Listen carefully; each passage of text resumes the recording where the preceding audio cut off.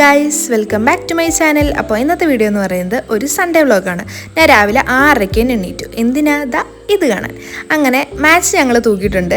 അങ്ങനെ നല്ലൊരു രാവിലെ ആയിരുന്നു ഗൈസ്.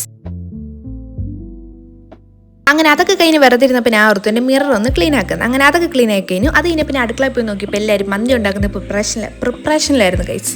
അപ്പോൾ ഞാൻ അവിടെ പോയി ജസ്റ്റ് ഒന്ന് തല കാണിച്ചു. തല മാത്രം കാണിച്ചിട്ട് വരുന്ന മോശമല്ല. അപ്പോൾ ഞാൻ ഓർത്ത് ഞാനായിട്ട് എന്തെങ്കിലുമൊക്കെ ചെയ്യാമെന്ന്. അപ്പോൾ ഞാൻ എൻ്റെ സൈഡായിട്ടുള്ള ടൊമാറ്റോ ചട്നി മയണൈസും ഉണ്ടാക്കി ഗൈസ്. റൈസൊക്കെ നല്ല സെറ്റായിട്ട് വന്നിട്ടുണ്ടായിരുന്നു. പിന്നെ ഇതായിരുന്നു ഗൈസ് അതിൻ്റെ ഫൈനൽ ലുക്ക്. അപ്പോൾ ചൂടോടെ കഴിക്കാനായിട്ട് ഞാൻ ഓടിപ്പോയി ഫ്രഷായി.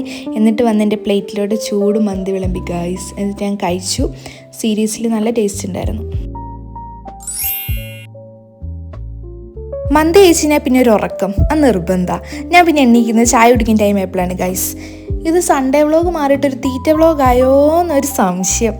അങ്ങനെ ഞാൻ മുഖമൊക്കെ കഴുകി ചായ കുടിക്കാനായിട്ട് പോയി ഗൈസ്. ആക്ച്വലി ചായ അല്ലായിരുന്നു കേട്ടോ, കോഫി ആയിരുന്നു. ഞാനുണ്ടാക്കിയത് ഉമ്മച്ചിയാണ് ഉണ്ടാക്കിയത് കേട്ടോ.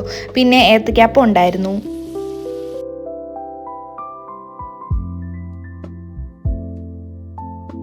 അങ്ങനെ ഞാൻ ചായയും ഏത്തക്കപ്പമായിട്ട് പുറത്ത് പോയിരുന്ന് ചായ കുടിച്ചു ഗൈസ്.